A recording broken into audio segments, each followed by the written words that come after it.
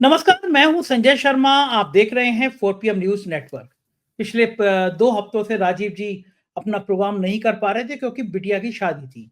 बहुत सारे mail, phone लगातार संडे को मेरे पास आते थे, राजीव जी कहाँ हैं? राजीव जी कहाँ हैं? मुझे भी उनसे कई बातें करनी थी। मुझे पूछना था कि आपकी लगातार भविष्यवाणियाँ गलत हुई हैं। लोग मेरी मज़ाक उड़ा रहे हैं, लोग आपकी मज़ाक उड़ा रहे हैं, क्यों भविष्यवाणी गलत हुई? बता दूँ, राजीव जी पढ़े-लिखे इंजीनियर हैं, फिर ज्योतिष शास्त्र में आ गए।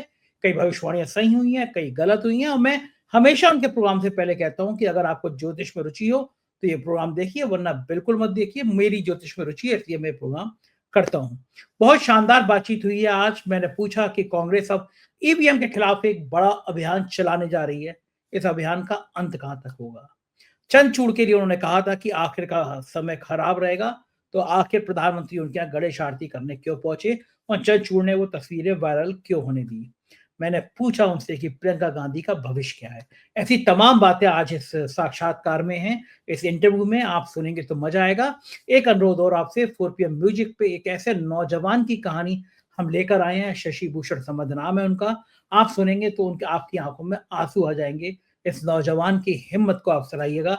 4 पीएम म्यूजिक भी आप जॉइन करिएगा, सब्सक्राइब करिएगा और शशि भूषण की जीवन की कहानी ज़रूर सुनिएगा। आपको हृदय के हर तार को झंझोर देगी और आप कहेंगे, ईश्वर तेरा बहुत शुक्रिया, हमें जो मिला है वो बहुत कुछ है। ज़रूर सुनिएगा 4 पीएम म्यूजिक, शशि भूषण की कहानी। चलते हैं राजीव जी के पास, आपसे इस अनुरोध के साथ कि चैनल को सब्सक्राइब और ज्वाइन करना ना भूलें। 4 पीएम न्यूज़ नेटवर्क में स्वागत है राजीव जी आपका। पिछले 15 दिनों से मेरी बड़ी मुसीबत थी। मैं जिधर जाता था एक सवाल ज़रूर होता था कि राजीव जी कहाँ हैं? राजीव जी का प्रोग्राम संडे को क्यों नहीं आ रहा? अब मैंने एक दिन कहा भी था वीडियो में कि राजीव जी की प्यारी-प्यारी बिटिया की शादी है और थोड़ा 15 दिन बिज़ी रहेंगे, 2 हफ्ते प्रोग्राम नहीं करेंगे। लेकिन भैया लोग गज़ब परेशान हो गए थे, भई राजीव जी को जल्दी बुलाओ, जल्दी बुलाओ। तो बहुत अच्छी शानदार शादी हुई। मैं सौभाग्य है मेरा कि मैं भी बिटिया के इस विवाह में शामिल हुआ। आपका मैंने देखा कितना भव्य आयोजन, और आपको बधाई इस बात के लिए कि आपका दामाद ऑस्ट्रेलिया निवासी है, लेकिन किस तरह से उसने आपके रीति-रिवाज़ों को अपनाया। आप खुद आप इतना बढ़िया सुंदरकांड और हनुमान जी की आरती गा रहे थे और वो विदेश में रहने वाला वहीं का नागरिक, और कितने प्यार से वो आपकी हिंदू रीति-रिवाज को, पूजा पद्धति को समझ रहा था और कर रहा था। तो आप सबको बधाई, और बहुत दिनों बाद आप आए हैं तो आपका स्वागत।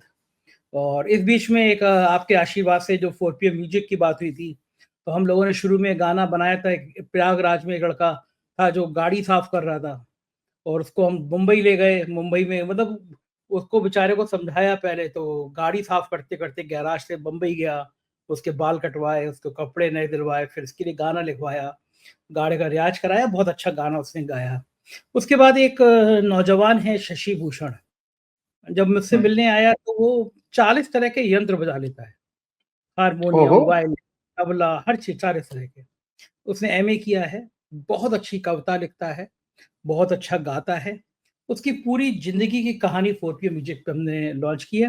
वो चाहता नहीं है जो ये लाइन जो मैं बोलने जा रहा हूँ वो बोलूँ, लेकिन आपको बताना था मुझे, आपके आशीर्वाद से और पूरी दुनिया बताना था, लेकिन वो नहीं चाहता वो ये बात कही जाए कि वो जन्म से अंधा है, वो देख नहीं सकता। उसने लेकिन एमए किया और सारे तरह के यंत्र बजाता है, और वो कहता है कि आप हमें सहानुभूति की तरह मत देखिए।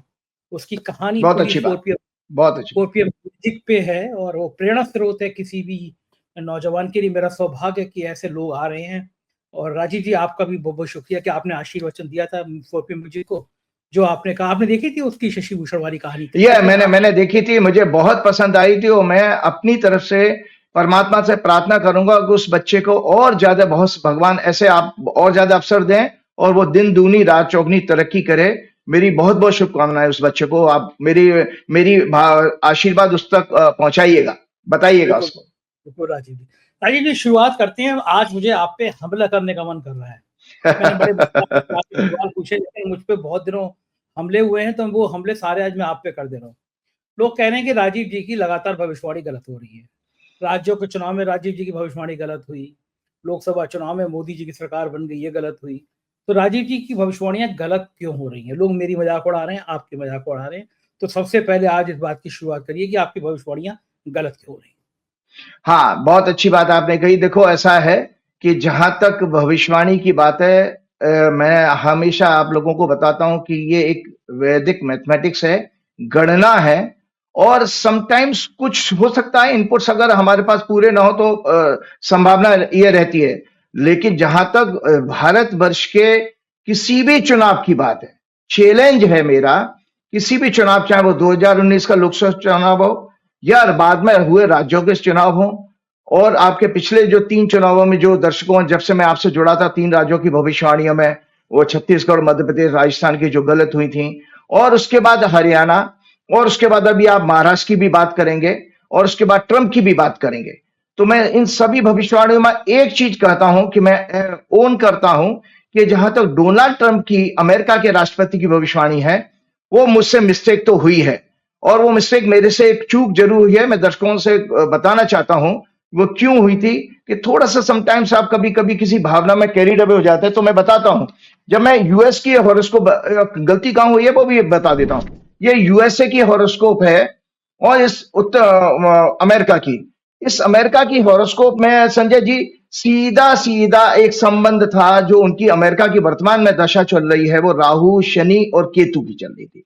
राहु अमेरिका की इस कुंडली में 12वें घर में है, और क्या नाम है जो है केतु इनके 6वें घर में है, और शनि इनकी कुंडली में जो है आपके दूसरे घर में है। तो आपको मैं ये बता देता हूं कि चूंकि इसमें एक सिद्धांत लागू हो रहा था, जो चूक कहां हुई है वो दर्शकों को जानने के लिए मैं उसको ऑन करता हूं, कि 8वें घर का स्वामी इस कुंडली का 10वें घर में था। ये एक ज्योतिष का सिद्धांत है कि अष्टम भाव का संबंध अगर दशम से बने तो सत्ता परिवर्तन होती है। तो मुझे वहां पर एक दिख जाना चाहिए था कि भाई सत्ता परिवर्तन तो हो रही है, बाकी बातें हम छोड़ दें। दूसरा, दशाओं के सीक्वेंस में कहीं स्त्री नहीं आ रही थी, वो भी मैं थोड़ा सा अपनी बात को गलत देख गया कि राहु में, शनि में, ये दोनों ग्रह फीमेल प्लेनेट नहीं है, तो राष्ट्रपति कोई फीमेल हो ही नहीं सकती थी। इसके साथ मैं आपको डोनाल्ड ट्रंप की कुंडली दिखाता हूं। डोनाल्ड ट्रंप की ये कुंडली है, ये बहुत अच्छी हॉरोस्कोप है, और आप सोचिए कि मैंने भविष्यवाणी करते समय मैंने उसमें अपने आप को बचाने की कोशिश की है कि थिन मार्जिन से ये हारेंगे, थिन मार्जिन से, मतलब मैं देख तो रहा हूं कि ये हारने वाली कुंडली नहीं है, लेकिन मैं क्यों चला गया उसका जवाब मैं दूंगा। तो डोनाल्ड ट्रंप की लियो लगन की कुंडली बहुत पावरफुल हॉरोस्कोप है, कई सारे राजयोग हैं, हालांकि चंद्रमा इनका पीड़ित है, राहु केतु से, मंगल से भी पीड़ित है, तो ये अनस्टेबल माइंड का व्यक्ति है और अनएथिकल काम भी करेगा, ये मैं आपके पिछले प्रोग्राम में बता भी चुका हूं। और बहुत सारे बड़े धनयोग भी हैं इनकी कुंडली में, लेकिन उनकी जो वर्तमान में दशा चल रही थी वो चल रही है 17 मई 2027 तक रहेगी, बृहस्पति में शुक्र की दशा। तो ज्योतिष का एक सीधा सीधा, देखिए ऐसा है कि मुझे गलती ओन करने में कोई तकलीफ नहीं है, लेकिन मैं ये चाहता हूं कि ज्योतिष शास्त्र जो एक परम सत्य शास्त्र है वो दर्शकों में कहीं उसके प्रति निराशा ना आए, इसलिए मुझे आज एक्सप्लेन करना पड़ रहा है कि बृहस्पति में शुक्र की दशा डोनाल्ड ट्रंप की चल रही थी। बृहस्पति उस दिन गोचर में 5 नवंबर को 10वें घर में थे और शुक्र 4थे घर में था। 410 एक्सिस की दशा किसी की हो उसको राजयोग न मिले, असंभव। तो मेरी गलती वहां पर यह भी थी कि भाई डोनाल्ड ट्रंप तो सीधे सीधे जीत रहे थे, फिर मैं क्यों चला गया उस तरफ। तो इसी तरह एक कुंडली और मैं दिखाता हूं कि डोनाल्ड ट्रंप के अलावा एक उनकी डोनाल्ड ट्रंप की जो पार्टी थी वो थी रिपब्लिकन पार्टी। ये रिपब्लिकन पार्टी की टॉरस लगन की कुंडली है। ये इस कुंडली के अनुसार भी रिपब्लिकन पार्टी की कुंडली में भी गुरु और शुक्र की दशा चल रही है जो 17 एक्सेस में थे। और मजे की बात है, इस टॉरस लगन की का रिपब्लिकन पार्टी की कुंडली का जो स्वामी है शुक्र है, वो 9वें घर में बैठा था, राजयोग है, जन्म की कुंडली में है। और महादशा का स्वामी जो है वो 10वें घर में बैठा है इस कुंडली में, तो राजयोग तो इसकी कुंडली में भी दिख रहा था रिपब्लिकन। सो ये मेरी मिस्टेक थी। और मैं एक और जानकारी दर्शकों को बता देता हूं, मेरे बहुत सारे कुछ गिने चुने दोस्त हैं जो बहुत अच्छी एस्ट्रोलॉजी करते हैं, they are very very good astrologer. मैं उनके साथ शेयर कर चुका हूं, उनकी 2 हफ्ते पहले मेरे पास आ चुकी थी प्रेडिक्शंस, लेकिन उसके बावजूद भी मैंने नहीं अपनी लाइन को बदला। तो ये दर्शकों आप ये जानिए कि ज्योतिष अपने आप में सत्य शास्त्र है। कई किसी की भविष्यवाणी तो ठीक हुई है जो उन्होंने बताई थी, और बाकायदा उन्होंने ब्लॉग लिखे हैं, सोशल मीडिया पर, फेसबुक पर भी डाला, सब कुछ किया था उन्होंने। तो वो मेरे मित्रों ने मुझे कहा भी था कि राजीव जी हमारे हिसाब से ट्रंप जीत रहा है। तो मैंने कहा यार तुम तो अपना देखो, लेकिन मैं तो अपनी कमला हैरिस को ही देखना चाहता हूं।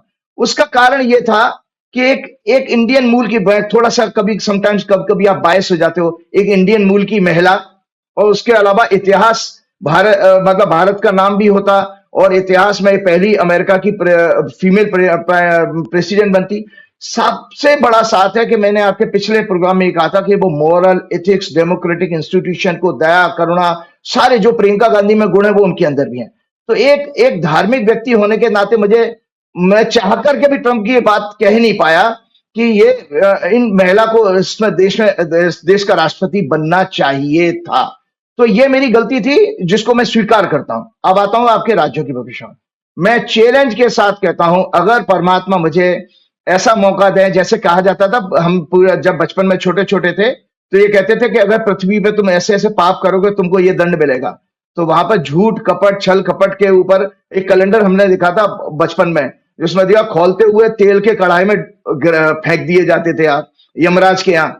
तो अगर मैं आपसे कहूंगा कि इलेक्शन कमिश्नर ये जितने तीनों हैं, मैं खोलते हुए तेल की बात नहीं करूंगा, और ये अमित शाह जी हैं या मोदी जी हैं, इनका लाई डिटेक्टर टेस्ट कराया जाए तो आपको सत्य नजर आ जाएगा। मैं अपनी किसी भी भविष्यवाणी को ओन नहीं करता, मतलब ये क्या मेरी भविष्यवाणी गलत नहीं हुई है। आपके पॉलिटिकल प्रेडिक्शन मेरी देश की 2019 का चुनाव हो जिसके बाद में खुलासा आ रहा है, दुर्भाग्य ये है। और अभी भी महाराष्ट्र की प्रेडिक्शन भी मेरी ठीक है। कोई ताकत नहीं है कि भाई अब ज्योतिष तो सत्य को देखेगी।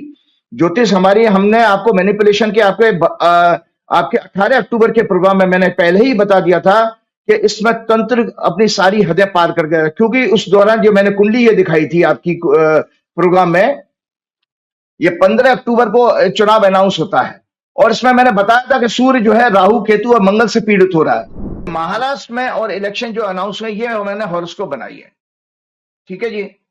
और इसमें 15 अक्टूबर को मंगलवार के दिन 3:53 पे चुनाव आयुक्त ने, मुख्य चुनाव आयुक्त ने यह घोषणा की थी। उसी समय आचार संहिता लग जाती है। तो हमारा एक फंडामेंटल सिद्धांत है, हम बार बार दर्शकों को यही कहते हैं कि जब चंद्रमा पीड़ित होगा तो चंद्रमा हमारा पब्लिक का सिग्निफिकेटर है, सूर्य को राजा का सिग्निफिकेटर माना गया है। पब्लिक का परसेप्शन है, पब्लिक की इमोशंस है, पब्लिक की फीलिंग है संवेदना। तो वो पब्लिक राजा के विरुद्ध मतदान देगी। तो इस कुंडली में भी शनि से पीड़ित हो रहा है चंद्रमा। तो इन दो राज्यों में जो सत्ता में बैठे लोग हैं उनके लिए थोड़ा खतरे का समय है। अच्छा, इसके बाद इसमें एक कंडीशन फिर भी मैं लगा रहा हूं, ये बात तो झारखंड के हेमंत सोरेन के लिए भी लागू हो जाती है, लेकिन अगर हेमंत सोरेन की हॉरोस्कोप आप मजबूत है तो उनको उसका फायदा जरूर मिलेगा। एक और मैंने इसमें ग्रह दिखा देता हूं जो मैंने पिछली बार नहीं किया, आज मैं साहस करके कह रहा हूं कि इसमें सूर्य, जब चुनाव आयुक्त ने इलेक्शन अनाउंस किया था उस समय सूर्य भी पीड़ित था।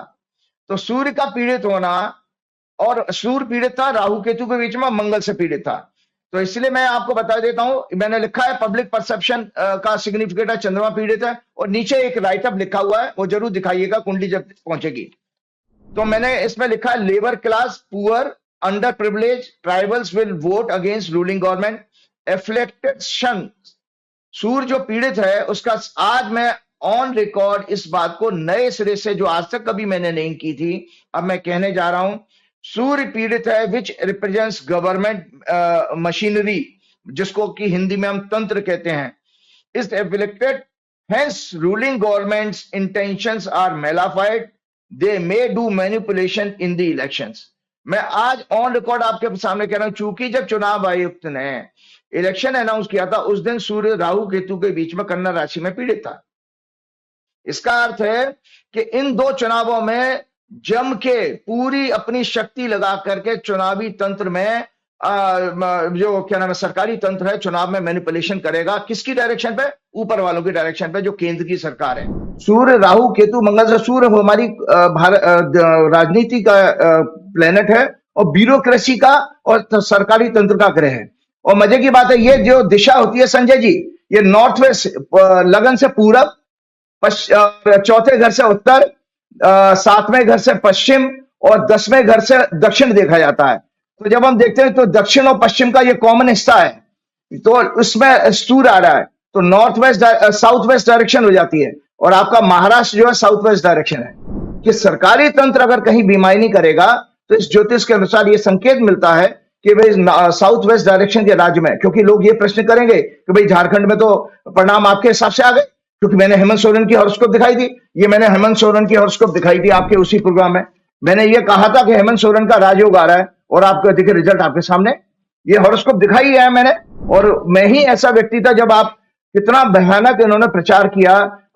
योगी जी, आपके योगी जी ने 17 रैली की थी वहां पर, और जिस तरह का वो घुसपैठियों का कैंपेन चलाया गया बांग्लादेशियों का, मोदी जी से लेकर सब, और एक है तो सेफ है, ये सब बातें कही, और इतना जो है मतलब कहने जातिवाद के ऊपर जो कैंपेन था घटिया किस्म का झारखंड में चला गया, लेकिन रिजल्ट नहीं आए थे, कि वो शायद इस तरह से इन लोगों की स्ट्रेटेजी कुछ रहती। तो मैं उसमें नहीं जाता, वो जांच का विषय है कि भाई किसी जगह पर ये लोग बड़ी सावधानी से कोई वॉर रूम में ऐसी प्लानिंग स्ट्रेटेजी तैयार करते हैं कि कहां पर चीजों को मैनिपुलेट करना है, कहां पर नहीं करना है।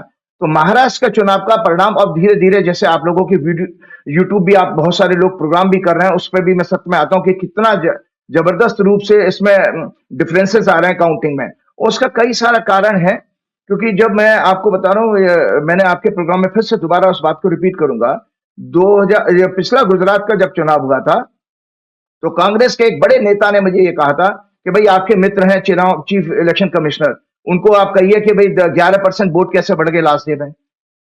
तो ये मैंने उनको पर्सनली जब मैंने मैसेज किया, मैंने पहले तो नेता महोदय को क्या इनके खिलाफ कोर्ट केस कर दो, उनको जेल भेजो, और वही मैसेज मैंने राजीव कुमार जी को भी फॉरवर्ड कर दिया। तो राजीव कुमार जी का तुरंत जो है व्हाट्सएप पे कॉल आया मेरे से, और मेरे से उन्होंने बातचीत की और समझाने लगे, नहीं ये है वो है ले है। खैर उसमें हम नहीं जाते। अब मैं आपको बताता हूं कि देखिए किस तरह के फ्रॉड हो रहे हैं। दरअसल सबसे बड़ी बात यह है कि आपके इलेक्शन की जो गड़बड़ियों का है, राजस्थान, मैं पहले मैं एक प्रोग्राम सुन रहा था, तो आज दर्शकों की, चूंकि मेरे आपके प्रोग्राम की बहुत सारी व्यूज हैं, तो मुझे मैंने अच्छी पॉलिटिकल पार्टीज के प्रेस कॉन्फ्रेंस में भी इतने व्यूज नहीं आते हैं, तो मेरा एक धर्म बनता है कि मैं उस सत्य को लोगों के सामने कहूं। बहुत सारे लोग मेरे ऊपर विश्वास करते हैं। लोकसभा का जो चुनाव हुआ था आपका 2024 का, उसमें लगभग 4,65,00,000 वोट बढ़े थे। टोटल 4,65,00,000 वोट बढ़े थे। राजस्थान में 25 सीटें हैं, 39,30,000 वोट बढ़े, मतलब पर कॉन्स्टिट्यूंसी 1,17,000 वोट बढ़ गए। बिहार में 40 सीटें हैं, 11,60,000 वोट बढ़े, प्रति सीट 29,000 वोट बढ़े।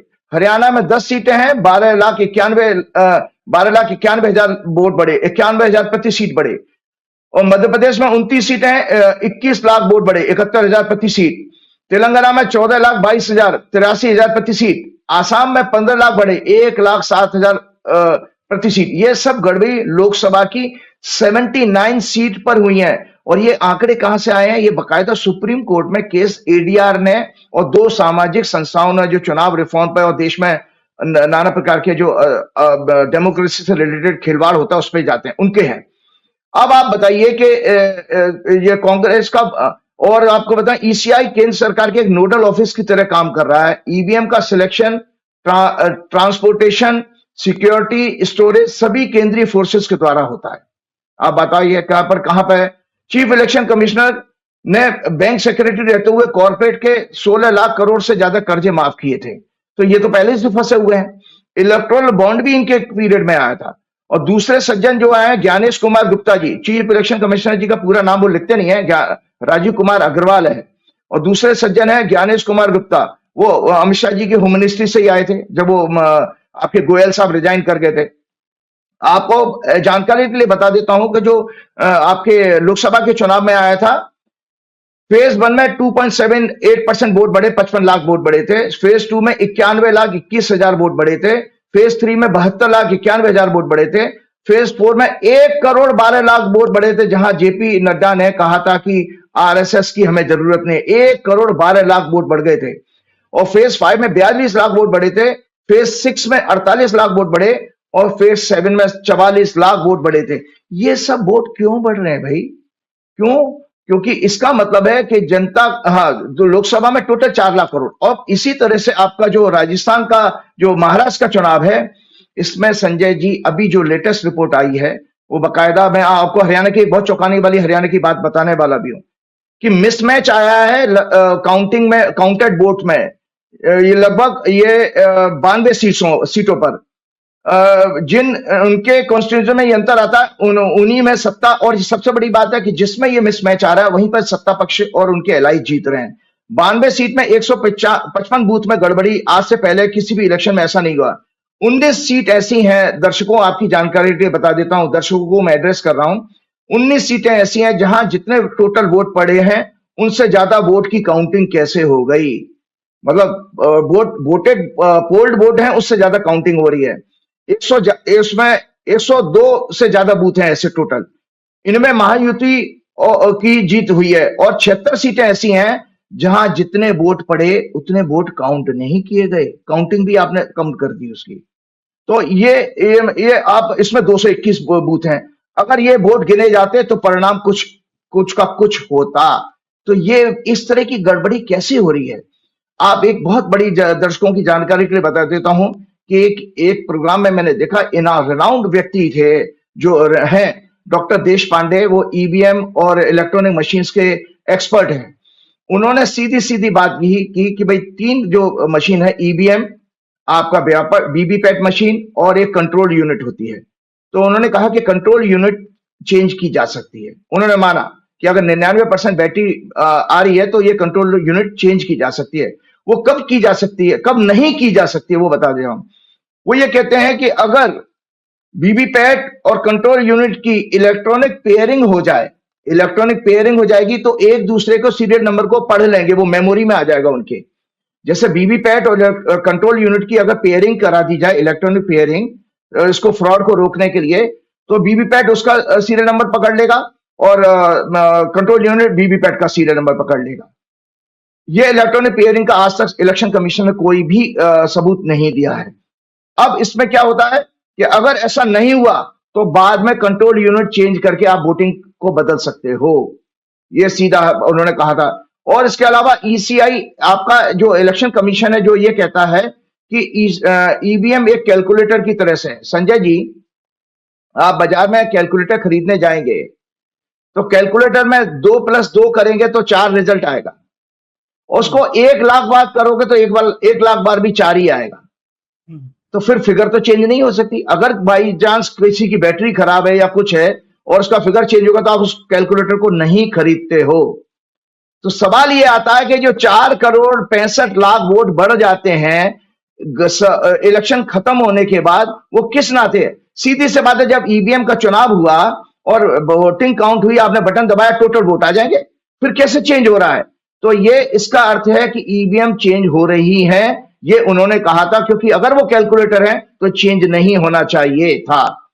और इसके अलावा उन्होंने कहा अगर ईवीएम में वोट्स की संख्या अगर बदलती है तो it is a proof itself that this device is not reliable, it is an electronic device, not a single figure should change. तो जब इवनिंग में 5 बजे के बाद ईवीएम में एक टोटल वोट आ गया, उसके बाद ये उसको कैसे बदला जा सकता है, ये प्रश्न चिन्ह ईसीआई के पास लगा हुआ है। एक और चीज है संजय जी, दर्शकों को जानना चाहिए, अब समय वो आ गया है कि जन चेतना का बात है कि जब तक आप जन चेतना के रूप में इसको आंदोलन को नहीं लेंगे, कोई पॉलिटिकल पार्टी इसको ठीक नहीं कर सकती।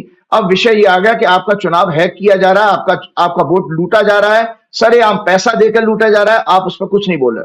जनरल डाटा प्रोटेक्शन है वर्ल्ड में, पूरे वर्ल्ड में ये कानून हमारे देश में लागू नहीं होता। ये जनरल डाटा प्रोटेक्शन पूरे विश्व में इसके ऊपर एक सख्त कानून है। इसमें यह कहा गया है कि जिसका जो डाटा होता है वो उसका ओनर होता है। मेरा डाटा है तो इसमें वोट किसका डाटा है? जनता का।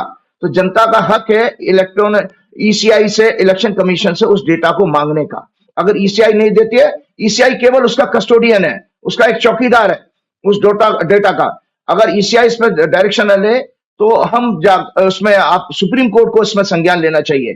तो मेरा इसका मतलब ये बताने का, इन सब चीजों को अगर आप नहीं रोकोगे। और एक और चीज मैं बताता हूं, ये आपका एक एक्ट है, section 59 in the representation of the people act 1951। At every election where a poll is taken, votes shall be given by ballot in such manner as may be prescribed and save as expressly provided by this act. No votes shall be received by proxy, provided that the votes at every election to fill a seat or seats in the Council of State shall be given by open ballot. ये आपका act जो है कहता है कि open ballot से election होना चाहिए। वो क्या रहा है भैया, बाद में सेक्शन 61A इसमें ऐड किया गया, उसमें भी ऑल्टरनेट अरेंजमेंट बताता है ये ईवीएम का। वो ये लिखता है सेक्शन 61 में, जस्ट दर्शकों की नॉलेज के लिए बात, notwithstanding anything contain in this act और the rules made the there under the giving and recording of votes by voting machine in such manner as may be prescribed may be adopted in such constituency or constituencies as EC may having regard to the circumstances of each case specify। मतलब वहां पर आपको यह कहा गया कि वो specific cases में इस मशीन को यूज किया जा सकता। आज तो सारे इलेक्शन को आप इसमें जा रहे हो भाई। आप देखो कि 2014 से जो भी चुनाव हुए हैं दर्शकों, ये आपके चिंतन के लिए बात कर रहा हूं, मजाक उड़ाने के। आप मुझे ट्रोल करते रहो, मुझे कोई फर्क नहीं पड़ेगा, मेरी साइंस पे ज्योतिष पे कोई फर्क नहीं पड़ने वाला है। लेकिन आप अपनी आंखें खोल करके देखो कि किस तरह से आपके सामने फ्रॉड हो रहा है, आप कुछ नहीं कर पा रहे हो, क्योंकि आपको ये जानकारी होना चाहिए। देखिए आपका जो है होता क्या है, काउंसिल, मैंने आपको पहले ही बताया था कि पूरा डिस्ट्रिक्ट एडमिनिस्ट्रेशन, मेरी बहुत सारे ऑफिसर से बात हुई है, डिस्ट्रिक्ट एडमिनिस्ट्रेशन को कहां से ऑर्डर्स आते हैं, इवन चीफ सेक्रेटरी डीजीपी को भी नहीं पता है। मैं राजीव कुमार जी ने ही मुझे बताया था, पीएमओ में रहते हुए उन्होंने एक ऐसा सिस्टम डेवलप किया था कि प्रधानमंत्री कार्यालय देश के आखिरी डिस्ट्रिक्ट तक खबरें ले सकता है, जिसमें चीफ सेक्रेटरी और डीएम और सीएम को कुछ पता ही नहीं होगा। तो अब आप ये सोचिए कि एक वॉर रूम बनाया जाता है, जिसमें वॉर रूम में होम मिनिस्ट्री टोटल इसको कंट्रोल करती है, काउंटिंग को, कहां काउंटिंग ऊपर करनी है कहां नीचे करनी है, ये सब कोई ना कोई ताकत काम कर रही है। ये अब जांच का विषय है। और आपको जानकारी के बता दें, एक प्रोग्राम में सुन रहा था किसी इलेक्शन कमिश्नर्स के बारे में, तो उसमें बताया गया था कि गोयल साहब, किसी बड़े नामी ग्रामी पत्रकार ने कहा था कि गोयल साहब क्यों छोड़ के गए। गोयल साहब ने 7 फेज के जो इलेक्शन थे आपके लोकसभा के, उस पर एक अपनी फाइल में रिमार्क लिख दिया था, और वो 7 फेज के इलेक्शन की डायरेक्शन ऊपर से आई थी। ऊपर से मतलब होम मिनिस्ट्री हो या पीएमओ, मुझे नहीं पता, वो जांच का विषय। तो उस पर उन्होंने जो टिप्पणी लिख दी थी, उसके कारण उनको अपनी सीट गंवानी पड़ी, उनको इस्तीफा देने के लिए कहा गया। और उसके बाद उनकी जगह पे कौन भेजे गए, वो ज्ञानेश कुमार गुप्ता जी, जो वहीं के बाबू थे होम मिनिस्ट्री में। और आप सोचिए रिजल्ट आपके सामने। तो आप कैसे सोच सकते हो कि किसी ज्योतिषी की भविष्यवाणी हो। आप सड़कों पर आइए, मैं तो कह रहा हूं कि आप इनको लाई डिटेक्टर टेस्ट पे मोदी जी को, अमित शाह को, इलेक्शन कमिश्नर को, सारे लोगों को, और जितने रिटर्निंग ऑफिसर सबको एक भीड़ बांध के लेकर के आओ, ले लो जनता। अब जनता, आपका समय आ गया आपको पूछना है, तो ये आपको सत्य पता लग जाएगा किस तरह से आपका इलेक्शन हाईजैक किया जा रहा। अब मैं एक बहुत अच्छी प्रेडिक्शन पे आता हूं। आपने मुझे कहा था, एक सेकंड, सवाल अभी कुछ बाकी है यहाँ पे। पहली बार कांग्रेस अब सवाल उठा रही है ईवीएम के खिलाफ। जैसे भारत जोड़ो यात्रा शुरू हुई थी, कांग्रेस अब ईवीएम के खिलाफ एक ऐसा अभियान चलाने जा रही है, क्योंकि कांग्रेस को समझ में आ गया। अब कांग्रेस भी मान रही है कि गुजरात से जो धांधली शुरू हुई, गुजरात चुनाव से, उसने अब इंतहा पार कर दी। आप कितनी मेहनत से करते लड़ते रहो, जो गोदी मीडिया पत्रकार नहीं है। हमने तो देखा, मुंबई में हम रहे 15 दिन, हम दावा कर रहे हैं, हमारी 3 टीमें थी वहां पे, क्षितिज था, नफीसा थी, हयात थी, हम थे, योगेश थे, हमारी कई टीमें थी। अगर हम वहां पे 100 लोगों से बात कर रहे हैं तो 80 लोग कह रहे हैं महाविकास आघाड़ी है। कैसे आ गया, हमें खुद हैरानी है। फिर पता चला कि महाराष्ट्र में पूर्व मुख्य चुनाव आयुक्त थे कुरैशी जी, वो कह रहे हैं संभव ही नहीं है कि आज 100 वोट पड़े और 48 घंटे बाद आपने 150 वोट कर दिए, इतना अंतर आ ही नहीं सकता। महाराष्ट्र में ऐतिहासिक चुनाव करा दिया। तो पहली बार कांग्रेस को समझ में आ गया कितनी मेहनत कर ले राहुल गांधी, कितना ही बढ़िया जोश से बोले प्रियंका गांधी, कितना भी भ्रष्टाचार की कहानियां ले आए, लेकिन जब ईवीएम सेट है तो कुछ नहीं होगा। तो मेरा आपसे सवाल यह है राजीव जी कि क्या ज्योतिष शास्त्र में ऐसा भी कुछ संकेत दिख रहा होता है कि जब एक व्यवस्था के खिलाफ आम आदमी के अंदर गुस्सा पड़ रहा होता है। छात्रों की ज्यादती का जरा सा मामला उठा था और जेपी मूवमेंट खड़ा हो गया था, पूरे देश में सरकार चली गई थी। छात्रों की जरा सा मैथ का विवाद था, पूरे देश का आंदोलन बन गया। अब तो देश में विवाद ही विवाद है। अब तो छात्रों को लठाया जाता है, पीटा जाता है, उनके नौकरी छीनी जाती है, पेपर लीक की जाते हैं। लेकिन मैं इस मुद्दे पे आपके पास आना चाह रहा हूं कि अगर कांग्रेस ईवीएम को लेकर, खड़गे जी ने कहा भारत जोड़ो यात्रा, भारत जोड़ो अभियान जैसा मूवमेंट शुरू करना पड़ेगा। अगर कांग्रेस इतना बड़ा मूवमेंट शुरू करती है तो क्या इस देश से ईवीएम की विदाई आप देख सकते हैं कि ज्योतिष शास्त्र में कहीं कुछ दिखाई दे रहा है आपको? बहुत अच्छी बात। उससे पहले मैं आपको हरियाणा की इंफॉर्मेशन देता हूं कि जो हरियाणा में हमारे शहर के जो एमपी का इलेक्शन लड़े थे, एमएलए का इलेक्शन लड़े, वो मेरे पास आए थे और उन्होंने अपनी हॉरोस्कोप दिखाकर मेरे से पूछा कि हमें क्या करना चाहिए। मैंने फाइट करो, तो उन्होंने ऑलरेडी जो 20-22 लोगों ने हाईकोर्ट में वहां पे पिटीशन फाइल कर दी है। तो आपको चौंकाने वाला सच बता रहा हूं, ये अंधभक्तों को भी समझना चाहिए कि क्या हो रहा है। आपको याद होगा संजय जी, पिछले बरस आपके जो चीफ जस्टिस साहब हैं संजीव खन्ना जी, उनकी बेंच में ईवीएम का केस किया था।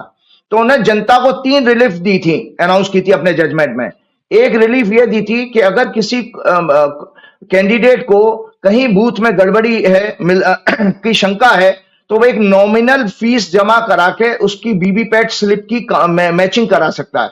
ठीक है, वीवीपैट स्लिप की वो एक तरह से बैलेट पेपर बन जाएगा।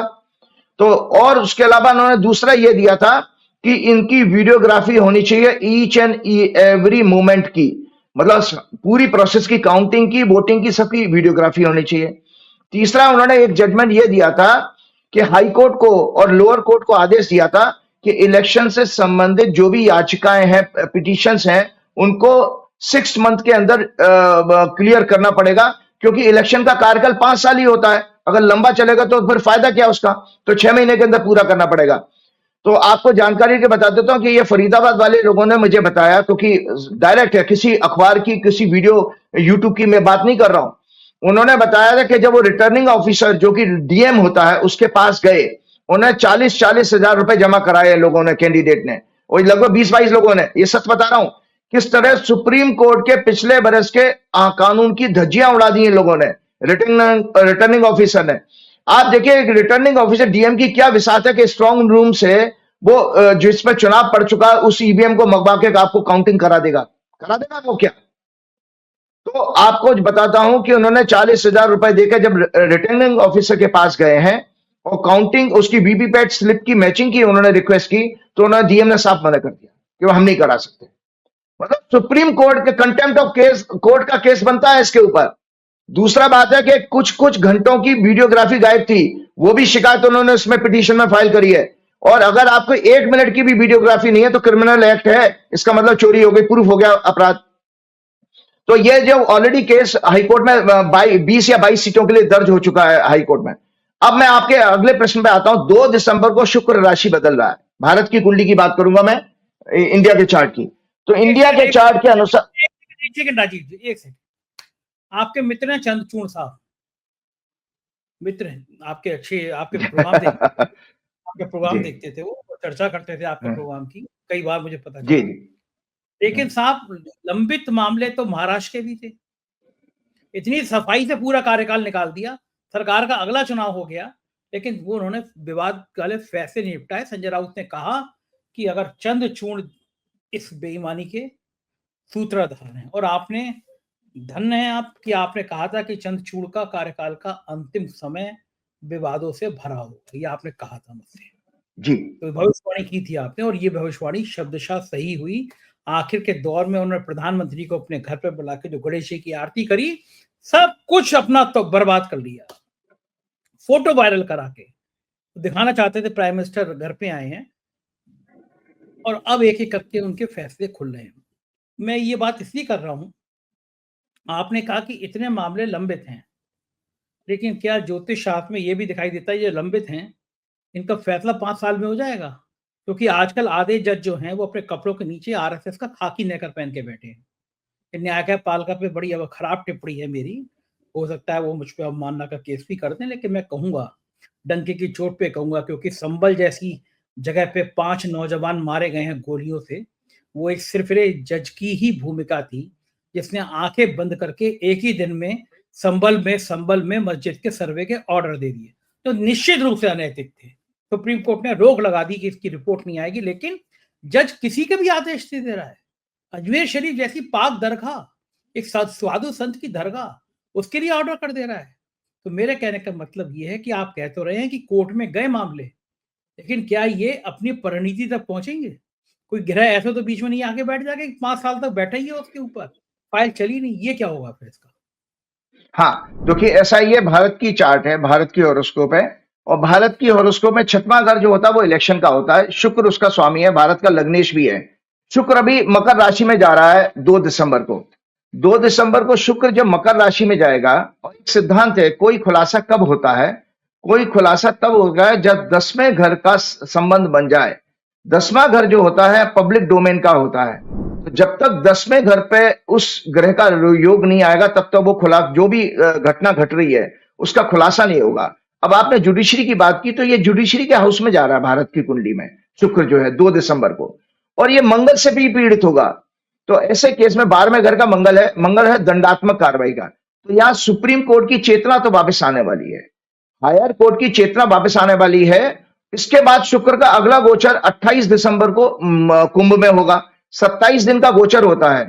तो इन 2 महीनों में आप देखेंगे कि सुप्रीम कोर्ट, हालांकि कुछ पीरियड इसमें बर्बाद होगा वैकेशंस में, शायद विंटर की वैकेशन होती हैं इनकी, लेकिन जनवरी फरवरी तक आप देखिए इनके इस इलेक्शन से संबंधित, जो महाराष्ट्र का इलेक्शन हो, चाहे वो आपका हरियाणा का इलेक्शन हो, इसमें जनता भी, और आपको पता मंगल जो है क्रोध और आंदोलन का कारक होता है, और शुक्र जो है भारत की कुंडली का आंदोलन का कारक है।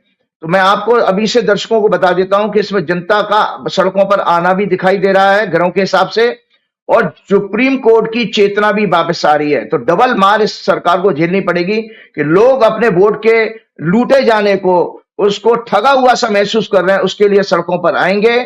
और साथ में सुप्रीम कोर्ट भी इसमें संज्ञान लेने वाला है। इस डेमोक्रेटिक प्रोसेस को, जो इलेक्शन किसी तरह से हाईजैक किया जा रहा है, सरेआम एकदम नकली फर्जी इलेक्शन हो रहा है इसको, और समय आ चुका है। और बाकी मैं आपको एक बता रहा हूं, जो आप खाकी नेकर वाली बात कर रहे थे जजों की, बड़ा दुख का विषय है। मैं आज जो भी मुझे भी कई बहुत सारे डिस्ट्रिक्ट और सेशन जजेस मेरे फैन बन गए हैं, मेरे प्रोग्राम देख रहे हैं और साल 1.5 साल से देख रहे हैं। मैं आज सब लोगों को एक बात कहना चाहता हूं कि आपका जो पद है, आप उसको किसी नौकरी पोस्ट की तरह से मत देखिए। वो ये सोचिए कि परमात्मा के धर्म और न्याय का आप कार्य कर रहे हैं। अगर उस कार्य को करते हुए आपने कोई भी चूक करी, किसी का फेवर किया, और संविधान जो कि हमारा धर्म शास्त्र है, देखिए एक धर्मशास्त्र हमारा आध्यात्मिक होता है, एक धर्मशास्त्र होता है देश और समाज को बचाने वाला, हर कंट्री का वो संविधान होता है। अगर संविधान के विपरीत अगर आपने कोई भी कार्य किया तो इसी जीवन में आप अपने बच्चों के समेत आप कष्ट पाएंगे। मैं इन सभी जजों को, ब्यूरोक्रेट्स को कह रहा हूं कि जो इसमें इस मोदी सरकार की चमचागिरी कर रहे हैं, अपने ही जीवन काल में बच्चों के साथ आप नाना प्रकार के कष्ट पाएंगे। आपका रिटायरमेंट इसी तरह के कोर्ट कचहरी के चक्करों में कटेगा, और नाना प्रकार की बीमारियां हरी आपको देखनी पड़ेंगी। क्योंकि आप इसमें बेसिकली जनता, जो नर और नारायण की सेवा की बात करें, अब नर के साथ में, मतलब जो नारायण को पाने का 2 रास्ते बताए गए, या तो ईश्वर का जप करिए, साधु संत हो जाइए, या पब्लिक सर्विस में जाइए। वो भी एक बहुत बड़ी ईश्वर को पाने की क्रिया है।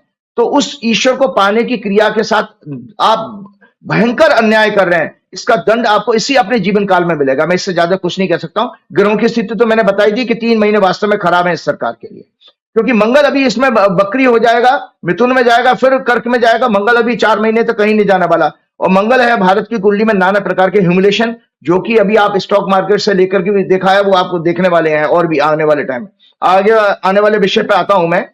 मैं एक चीज ये पूछूंगा कि जब बात राजनीति की हो रही है, तो एक भविष्यवाणी आपने और करी थी। आपने कहा था प्रियंका गांधी बहुत जल्दी सक्रिय राजनीति में आएंगी, सदन में दिखाई देंगी। उस समय तक वायनाड की शुरुआत नहीं हुई थी, और मुझे याद है कि आपने फोरम पे, 4PM के फोरम पे आपने कहा था कि प्रियंका गांधी बहुत जल्दी संसद में दिखाई देंगी। तब लोगों ने कहा था प्रियंका गांधी अभी चुनाव नहीं लड़ेंगी, ये नहीं लड़ेंगे, लेकिन ये भविष्यवाणी भी आपकी ठीक हुई। प्रियंका गांधी जीती, हाथ में संविधान की किताब लेकर आई, और प्रियंका के आने से पूरे सदन में तस्वीर बदल गई। तो मैं उसी क्रम में और जानना चाहता हूं कि प्रियंका गांधी का अब भविष्य कैसा है।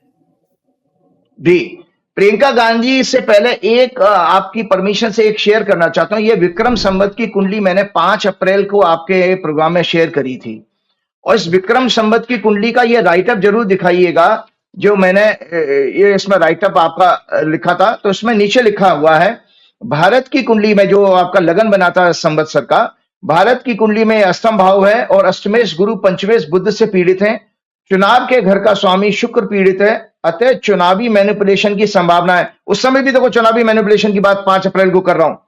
ईवीएम का सॉफ्टवेयर हार्डवेयर में भी मैनिपुलेशन होगा, ये मैंने पहले ही बता दिया। और राहु वैदिक ज्योतिष के अनुसार हार्डवेयर होता है और केतु सॉफ्टवेयर होता है। विदेश में कोई फाइनेंस और डिफेंस स्कैंडल एक्सपोज होगा, विदेश में कोई finance and defence scandal expose होगा। अब आप बताइए, इससे बड़ी भविष्यवाणी आप राज्यों की झुंझुना लेके बैठे रहते हैं, दर्शक लोग ट्रोल करते हैं किसी राज्य की भविष्यवाणी जो कि टोटल मैनिपुलेशन हो रहा है, टोटल फर्जी, जिसमें ब्यूरोक्रेट सारी काउंटिंग से लेके पूरी तंत्र जो है सरकार के आगे नतमस्तक लेट गया, उसको आप बहुत बड़ी भविष्यवाणी और फेलियर मान रहे हो। आप ये भूल जाते हो कि किसी ने डिफेंस स्कैंडल आपका फाइनेंस स्कैंडल विदेश में एक्सपोज होगा, और जो अभी अमेरिका में हुआ वो सब क्या है, कितना बड़ी बात है कि आप सोचिए कि एक व्यक्ति के चलते 15 अक्टूबर को ही कह दिया था, 15 अक्टूबर को आपने हमारे प्रोग्राम में कह दिया था कि ये विदेश में एक फाइनेंस का बहुत बड़ा घोटाला सामने आने वाला है। ये आप तब सोचा भी नहीं था कि अडानी का नाम कभी वो इसलिए कहा था कि तो हमारा 2 अक्टूबर के, मैंने आपको 6 अक्टूबर के प्रोग्राम में कहा है, आपने 18 अक्टूबर के प्रोग्राम में कहा है, क्योंकि 2 अक्टूबर को सोलर इक्लिप्स पड़ा था। जो सोलर इक्लिप्स पड़ा था वो कन्या राशि में पड़ा था, वो भारत की शेयर बाजार की एक्सेस आती है। तो शेयर बाजार की कोई बड़ी महान हस्ती, बड़ी हस्ती, कोई बड़ा कॉर्पोरेट उसका खुलासा होने वाला है, ये संकेत आ गया था। और आपको बता दें तो दर्शकों की जानकारी के लिए 27 सितंबर से जो भी अभी तक एफआईज ने बिकवाली की है वो रिकॉर्ड है, हमने तो आज 4-5 साल में आज तक नहीं देखी। अभी तक एफआईज खरीद 20 सालों में नहीं हुई इतनी बिकवाली। बिल्कुल, तो बिकवाली आप 1,30,000 करोड़ बेच चुके हैं। और 27 सितंबर को संजय जी जो कैपिटलाइजेशन होता है, जितनी कॉर्पोरेट कंपनियां हमारी लिस्टेड हैं शेयर बाजार में, दर्शकों की जानकारी के बता देता हूं, उसकी टोटल वैल्यू निकाल लीजिएगा। वो कैपिटल लगभग 70 लाख करोड़ कम हो चुकी है। 70 लाख करोड़, मतलब जो 27 सितंबर को कैपिटल थी शेयर बाजार की, उसमें 70 लाख करोड़ का घाटा हो चुका है। और जिस कॉर्पोरेट घराने के ऊपर जी, बस मैं एक और खतरनाक बात कहूंगा कि वो जो विदेशी निवेशक हैं वो यहां से पैसा निकाले और चीन में लगा रहे हैं। खतरनाक बात ये है, उनको लग रहा है कि भारत में ड्रामा हो रहा है तो वो पैसा चीन में लगा रहे हैं। और अब जीडीपी जो आई है वो 8.4 से 5.4 पे आ गई, धड़ाम हो गया, हमारे मैन्युफैक्चरिंग फ्लो गिर गया क्योंकि लोगों का भरोसा खत्म हो गया। यही हो रहा है राजीव जी। और आप नहीं, इसके अलावा आप ये भी जानिए कि आपकी देश की साख कितनी गिर गई है। आज विदेशी निवेशक जब भी पैसा लगाता है प्रॉपर रिसर्च करके आते हैं, वो हमारी तरफ से मुंह उठा करके सरकार के दबाव में पैसे नहीं लगाते हैं कभी भी। आपको पता जानकारी होनी चाहिए कि हमारा तो एसबीआई एलआईसी पे केंद्र सरकार डंडा चलाए, वो खरीदने लग जाएंगे। म्यूचुअल फंड को भी आप फोन करवा दो ईडी सीबीआई से तो खरीदने लग जाएंगे, वो नहीं खरीदते हैं। वो ये देखते हैं कि जब जिस देश में कोई कानून नाम की कोई चीज नहीं है, कोई जांच नहीं हो रही है, टोटल उन्होंने देखा इस स्टॉक मार्केट का, भारत के स्टॉक मार्केट की इतनी बदनामी हुई है कि केवल मैनिपुलेशन से चल रहा है। और आप देखिए कि इलेक्शन और रिजल्ट आ रहे हैं, उस दिन एक दिन पहले चढ़ा देंगे, इलेक्शन के रिजल्ट के बाद गिरा देंगे, उसमें पब्लिक को, आम आदमी को बेवकूफ बनाया जाए। तो वो ऐसी अवस्था में अंधभक्तों को यह पता होना चाहिए कि शेयर बाजार में विदेशी निवेशक केवल चीन के कारण नहीं जा रहे हैं, बल्कि भारत की जो कॉर्पोरेट गवर्नेंस की साख गिर चुकी है कि इस देश में कॉर्पोरेट बिल्कुल टोटली सरेंडर कर चुका है, स्पाइनलेस है सरकार के आगे, उसकी कोई वजूद नहीं बचा है। और वो चोरी करने में, शेयर बाजार के जरिए पब्लिक को धोखा देने में, इन्वेस्टर के साथ धोखा कर रहा है, इसमें लगा पड़ा है। इसलिए विदेशी निवेशक यहां से चले गए और वो अभी जब तक नहीं आएंगे जब तक नरेंद्र मोदी की सरकार रहेगी। याद रखिएगा, विदेशी निवेशकों का विश्वास नरेंद्र गवर्नमेंट से गिर चुका है।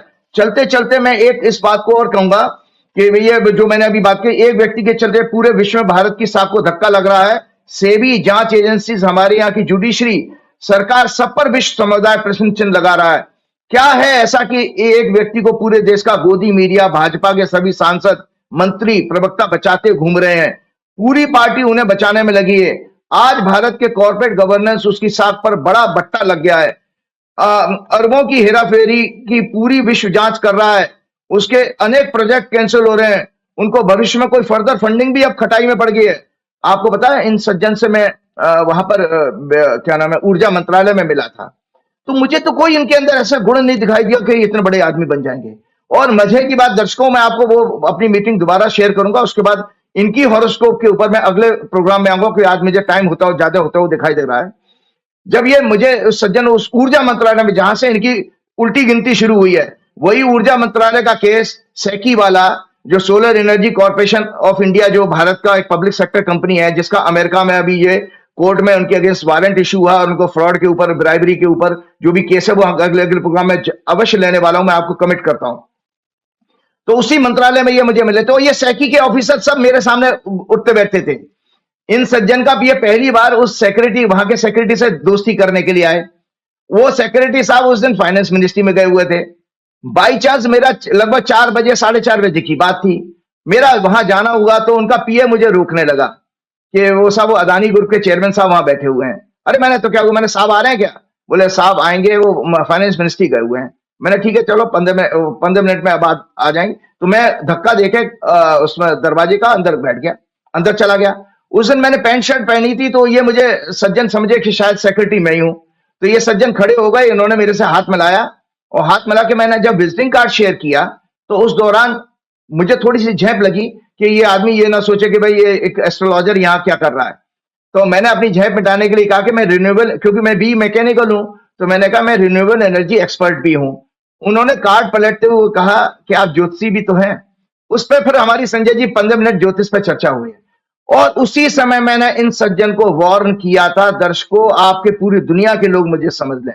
मैंने 2-3 बड़े बड़े उद्योगपतियों को उदाहरण देकर उनको आगाह किया था कि भाई ये जो कॉर्पोरेट में जो छलांगे मार करके नाना प्रकार की मैनिपुलेशन से दौलत बढ़ा लेते हैं, सड़कों पे तो आ जाएंगे। तो मैंने एक एग्जाम्पल उनको सुनाया था, जब उन्होंने मुझसे ये कह दिया कि ज्योतिष एक साइंस तो है लेकिन भाग्य नहीं बदल सकती। तो मैंने भाग्य क्या है ये कौन डिफाइन करेगा? भाग्य बताने का काम ही ज्योतिष का है। तो मैंने उनको कहा कि विजय माल्या का बाप दादे का कारोबार शराब का था, लिकर का। उन्होंने जो सहारा, वो जो किंगफिशर एयरलाइन चलाई, वो सूट नहीं करी उनको, उसी में डूब गए सारे और देश के बाहर बैठे हैं। दूसरा, सुब्रत रॉय जी का भी उदाहरण दिया कि सुब्रत रॉय ने भी रियल एस्टेट से लेकर और तमाम तरह की लाइजनिंग से पैसे कमाए, सहारा एयरलाइन चलाई, लेकिन वो उनको सहारा नहीं दे पाई, फिर 2 साल वो जेल में बंद रहे, और उसके बाद बेल पे छूटे, बाद में मर गए बेचारे, कर्जा अभी भी उनकी औलाद भुगत रही है। तीसरा, मैंने अनिल अंबानी का बताया कि अनिल अंबानी भी 45,000 करोड़ के कर्जों में कैसे डूबे, जबकि वही बिजनेस रिलायंस कम्युनिकेशन ने 25,000 करोड़ का घाटा कर्जा तो उनको रिलायंस कम्युनिकेशन से पड़ा था, और वही कम्युनिकेशन का बिजनेस मुकेश अंबानी को सूट कर रहा है। तो ये सज्जन दर्शकों उस समय स्पीचलेस हो गए, कुछ नहीं बोल पाए इन तर्कों के आगे मेरे। तो मुझसे कहते हैं कि मैं तो 10वीं पास जैनी बनिया हूं, नरेंद्र भाई मेरे 30 साल से दोस्त हैं। ये उन्होंने क्वालिफिकेशन बताई। उसके बाद ही चाय हमारी खत्म हुई, हमने चाय साथ साथ पी थी। उसके बाद तब तक सेक्रेटरी साहब आ गए, ये वहां बैठ गए, तो मैं इनकी बात सुन रहा था। वहां पर भी सेक्रेटरी को धमका रहे थे ये, अरे वो आप कोई बात नहीं है, मैं पीके मिश्रा जी से कह दूंगा, फलाने मिश्रा जी से कह दूंगा, पीएमओ में मैं करा लूंगा, कि पहली मीटिंग में। तो ये सब धंधा था। आने वाले टाइम में मैं इनके ऊपर जरूर एक प्रोग्राम पूरा करूंगा अगला, और दर्शकों को वचन देता हूं। साथ साथ एक और जानकारी संजय जी देना चाहता हूं, एक धर्म संस्कृति का संदेश की बात है। बिटिया की मेरी शादी जरूर थी, क्योंकि भगवान हनुमान जी मुझे अपने साथ जोड़ दिया 2004 में। मैंने सारी अपनी स्टोरी अपने आध्यात्मिक जीवन की आप लोगों के प्रोग्राम में सुना चुका हूं। तो दर्शकों मैं बताता हूं कि मुझे समाज को संदेश देने के लिए एक मैंने कल्पना की थी कि एक अपनी बेटी की शादी को मैं एक रोल मॉडल के रूप में, आप वो फोटो जरूर दिखाइएगा, मैं आपको शेयर करूंगा, दर्शकों को दिखाइएगा। तो मैं एक रोल मॉडल के रूप में प्रेजेंट करना चाहता था। सबसे पहले तो मैंने दिन में शादी प्लान की थी, और अपनी बेटी की शादी की तारीख पिछले बरस और मुहूर्त वो मैंने ही कैलकुलेट किया था, क्यों ज्योतिषी तो मैं हूं, वो मैंने कैलकुलेट किया था, और बकायदा आचार वगैरह बुलाने का सब मेरा अरेंजमेंट था। तो मैं इसमें बताना चाहता था कि भाई हमारे शासनों के अनुसार रात्रि में मैरिज नहीं होती है, रात्रि में उत्सव जरूर हो सकता है। आपकी मैरिज के जो दिन में मैरिज होती, मुगल काल में लड़कियों को उठा ले जाते थे, इसलिए अंधेरे में दिन छिपे हमको शादियां करने का रिवाज वहां से चला आ रहा था। तो एक तो मैंने गोधूली बेला में अपनी बेटी की शादी प्लान की, और उस समय मेरे 9 बच्चे गुरुकुल से आए थे संस्कृत के, और 2 आचार्य थे। टोटल 11 लोगों ने विष्णु सहस्त्रनाम का पाठ किया था।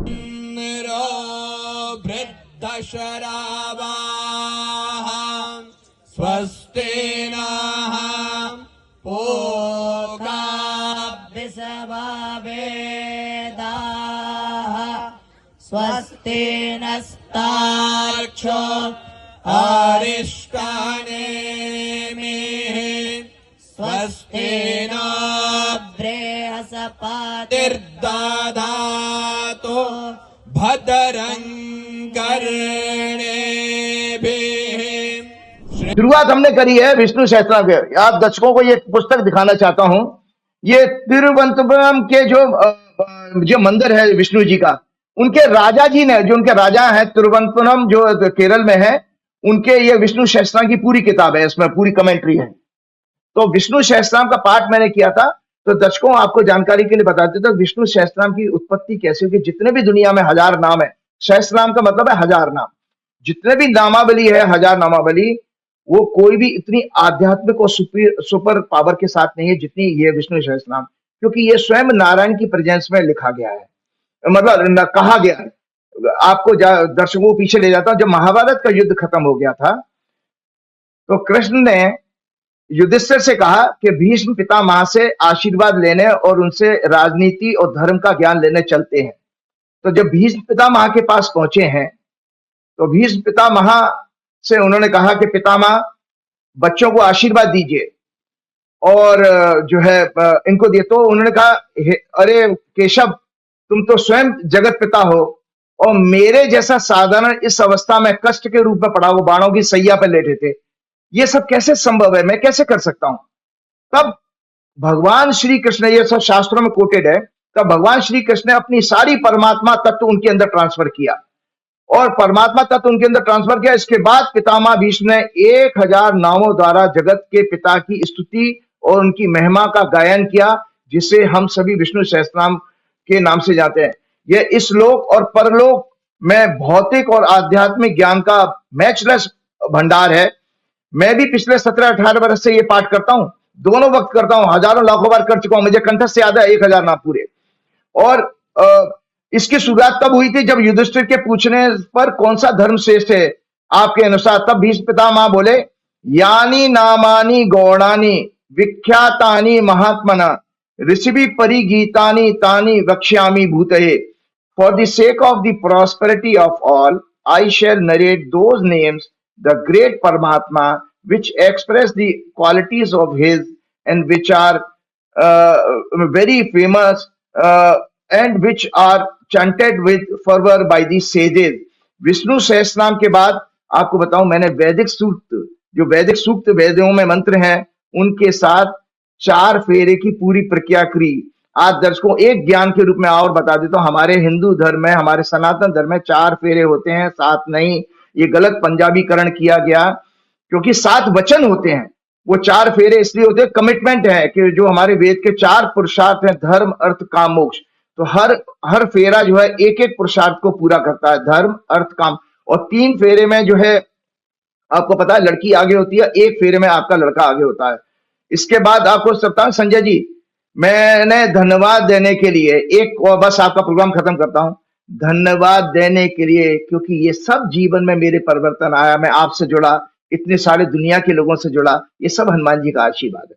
तो उनको धन्यवाद देने के लिए पूरे मैंने वहां पर माइक उठाया और बड़े बड़े स्पीकर्स लगे थे, शादी में जितने लोग थे, मैंने हनुमान चालीसा का पाठ किया और मैंने आग्रह किया कि सभी लोग पाठ करेंगे। तो आप सोचिए वहां पर सारे लोगों ने, मैरिज के वेन्यू पे जितने लोग इकट्ठे थे, क्या वो होटल के वर्कर, क्या वो चाट वाले, कैटरर के वर्कर, सब लोगों ने हनुमान चालीसा का पाठ किया। ये एक अद्भुत था और इतनी अनुभूति पैदा हुई, मैं कह नहीं सकता। तो ये सब चीजें इसलिए हुई क्योंकि मुझे बताना था कि विवाह एक आध्यात्मिक जो है आयोजन है, उसको जितना महत्व देंगे उतना ही बच्चों के जीवन में और खुशहाली आएगी। इसके साथ ही श्री गुरु चरण सरोज रज निज मन मुकुर सुधार, वर्णव रघुवर बिमल जसु जो दायक फलचार, बुद्धिहीन तनु जान के सुमरो पवन कुमार, बल बुद्धि विद्या देव मोह हरऊ कलेश विकार। जय हनुमान, जय श्री राम। बहुत बहुत शुक्रिया राजीव जी। बस आखिर में एक आपसे मैं बात करना भूल गया था, ऑस्ट्रेलिया से एक कथावाचक हैं, सिख हैं, वो उनका फोन मेरे पास आया था, उन्होंने मुझसे आपका नंबर मांगा, मैंने दे दिया है। ऑस्ट्रेलिया में वो आपके प्रोग्राम बड़ी स्क्रीन लगा के लोगों को सुनाते हैं। बहुत बहुत शुक्रिया राजीव जी, आपने समय दिया, आपको फोन करेंगे। बहुत बहुत शुक्रिया, थैंक यू। ये थे राजीव जी, आज बड़े बेबाक तरीके से उन्होंने बताया कि उनकी भविष्यवाणियां गलत क्यों हुई, क्या क्या खेल है और क्या क्या खेल हो सकता है। मुझको यकीन है ये बातचीत पसंद आई होगी आपको। अपना प्यार बनाए रखिएगा। शुक्रिया, थैंक यू।